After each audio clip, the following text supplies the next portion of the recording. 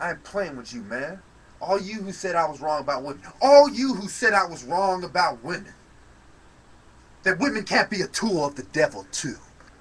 I would like to quote to you Revelations. Reading from my student Bible, New International Version. Page 1134. Revelations 12. A great and wondrous sign appeared in heaven. A woman clothed with the sun, with the moon under her feet, and a crown of 12 stars on her head. She was pregnant and cried out in pain as she was about to give birth. Then another sign appeared in heaven.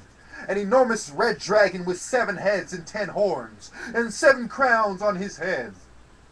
His tail swept a third of the stars out of the sky and flung them to the earth. The dragon stood in front of the woman who was about to give birth, so that he might devour her child the moment it was born. She gave birth to a son, a male child, who will rule all the nations with an iron scepter. And her child was snatched up to God and to his throne. The woman fled into the desert, to a place prepared for her by God, where she might be taken care of for 1,260 days. And there was a war in heaven. Michael and his angels fought against the dragon, and the dragon and his angels fought back. But he was not strong enough, and they lost their place in heaven. The great dragon was hurled down, the ancient serpent called the devil, or Satan, who leads the whole world astray. He was hurled to the earth, and his angels with him.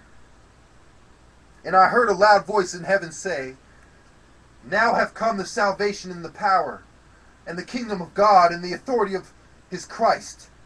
For the accuser of our brothers, who accuses them before our God day and night, has been hurled down. They overcame him by the blood of the Lamb and by the word of their testimony. They did not love their life so much as to shrink from death. Therefore rejoice, you heavens, and you who dwell in them. But woe to the earth and the sea, because the devil has gone down to you. He is filled with fury, because he knows his time is short." His whore, Lilith, Semiramis, Nephthys, Andromeda, Hera, the Statue of Liberty, Columbian Pictures, and the Mona Lisa as well. Nephthys, you whore, how I cannot stand your sight. You pay so much money, France, so much security. Protect your whore. The whore and her writing in German? If my eyes are not mistaken? Of course they could be.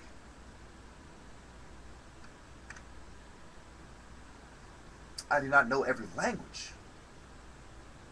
I could be wrong at that point. But I sure as hell ain't wrong about this! Semiramis. Ninos Tanos the Sun. Thank you, Ike. Thank you, Maxwell.